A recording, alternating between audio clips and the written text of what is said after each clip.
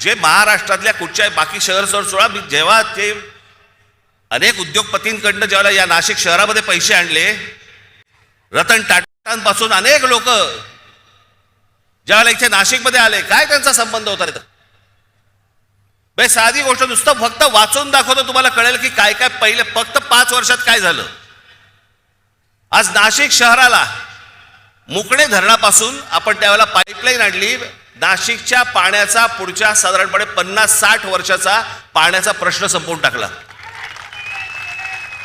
हे 5 वर्षात केलेले आहे.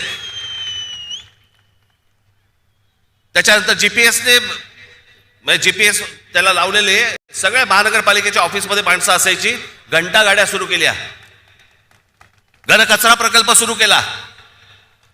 ज्या घनकचरा प्रकल्पाबद्दल तिकडे त्या कचऱ्यामधनं विटा, खत, सगळ्या गोष्टी आज नाशिकमधले अनेक शेतकरी घेऊन जात आहेत. तिथून जाता येताना तुम्हाला वास पण येणार नाही की इथे घनकचरा प्रकल्प आहे म्हणून. वाहतूक बेटांचं सुशोभीकरण केलं. बोटॅनिकल गार्डन इथे एक जागा होती, त्या गार्डनचं केलं.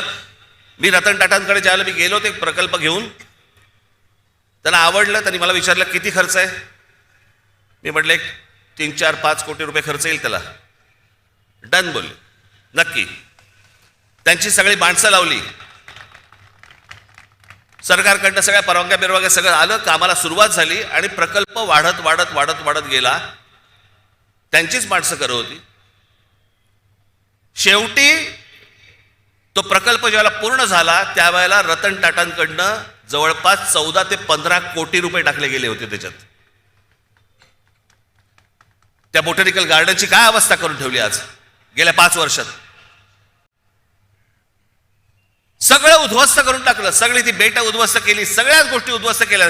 इथे तुमच्या ते चिल्ड्रन एज्युकेशन पार्क, गोदापारचं जॉगिंग ट्रॅक, स्वर्गीय माननीय बाळासाहेब ठाकरेंच्या नावाने ऐतिहासिक ते शस्त्र संग्रहालय केलं होतं, ते उद्ध्वस्त करून टाकलं.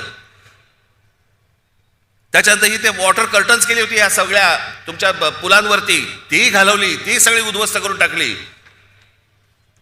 नाशिकवरती त्यावेळेला आम्ही जेव्हा आलो त्यावेळेला 700 कोटी रुपयांचं कर्ज होतं. ही नाशिक महानगरपालिका 700 कोटी कर्ज मुक्त महानगरपालिका त्यावेळेला आम्ही करून दिली. आणि सगळ्यात महत्वाची गोष्ट, त्या संपूर्ण 5 वर्षाच्या काळात विरोधी पक्षातलेही लोक बसले होते, भाजपवालेही बसले होते, सगळेच बसले होते. त्या संपूर्ण 5 वर्षाच्या काळात विरोधी पक्षाकडनं एकही भ्रष्टाचाराचा आरोप झाला नाही, अशी ती महानगरपालिका होती. ज्या वेळेला हे रस्ते बांधणीचं काम सुरू होतं, उत्तम रस्ते सगळे झाले होते त्यावेळेला नाशिकमध्ये. मला हे पत्रकार सांगतात ना, दर पावसाळ्यामध्ये त्यांचे ते चॅनलमधली लोक विचारायची की मुंबई इकडचे तिकडचे सगळीकडचे इकडचे खड्डे पडतात. मी इकडचे जे कंत्राटदार होते त्या कंत्राटदारांची पहिली एक बैठक बोलवली होती आणि त्या कंत्राटदारांना सांगितलं होतं, म्हटलं हे त्याचं बजेट, तुमच्याकडे कोणी पैसे मागितले तर सांगा मला, आणि ज्या बजेटमध्ये तुम्हाला दिलेलं आहे त्याच्यामध्ये जर उत्तम रस्ता जर केला नाहीस आणि त्याच्यात जर खड्डा पडला, त्या खड्ड्यात उभा करून मारीन. उत्तम रस्ते झाले सगळे नाशिकमधले. हे होऊ शकतं, हे घडू शकतं, सगळ्या गोष्टी घडू शकतात. पण ह्या लोकांना हे करायचं नाही. 5 वर्ष दिली, हे 5 वर्षामध्ये हे देवेंद्र फडणवीस येऊन तुम्हाला काय बोलून गेले, ते काय बोलून गेले ते फक्त झालंय का एवढं फक्त मला सांगा. नाशिक न्यू मेट्रो प्रकल्प, Nashik IT park, Nashik logistic park, Dwarka Nashik उड्डाणपूल, नाशिकचा बाह्य ring road, Nashik Pune semi high speed railway मार्ग, इगतपुरीला आदिवासी क्रीडा प्रबोधिनी, महानगरपालिकेतील कर्मचारी अनुशेष, असे अनेक प्रकल्प त्यावेळेला त्यांनी घोषित केले की भरून काढणार वगैरे, काही नाही. आणि हे म्हणे दत्तक घेणार.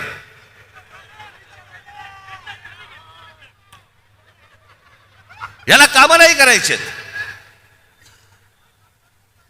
धर्माच्या नावावरती, जातीच्या नावावरती फक्त तुम्हाला भुलवायचं. आज अनेक महिला इथे आलेल्या आहेत, ती ह्याची योजना